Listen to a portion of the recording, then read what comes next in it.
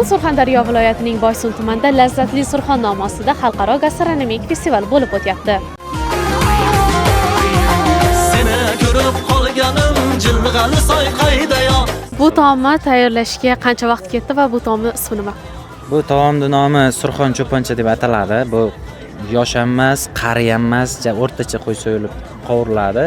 Pishish vaqti uzog'i 25 minut. 25 minutda tayyor bo'ladi. Noldan tayyor bo'ladi. Noldan tayyor bo'ladi. Go'shtni marinovkasi uchun qancha vaqt ketadi bunda? Marinovka qilinmaydi.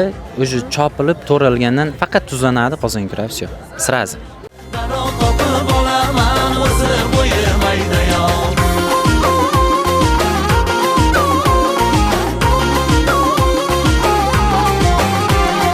Mana bu tarvuzni karvin qilish uchun qancha vaqt ketdi? Buni asli o'zi karvin o'zi bizga yaqinda kirib keldi. Men ham shu bir 5-6 yil bo'ldi o'rganganim, qiziqib o'rgandim. O'zi yoshim katta bo'lsa ham, buni mana eng iqtidorli shogirdim qildi hozir. Где-то bir 30 minut vaqt ketdi. 30 minutda 30 minutda, ha, 30 minutda qilishadi. O'zi bu professional. Boshqa kishiga bersa balki bir kun urinar, lekin bu shunaqa qilib ketdi. Mana hammasi shu shogirdlaringiz tomonidan tayyorlangan. Hammasi, o'zimiz birgalikda ana qildik. Qaydayo.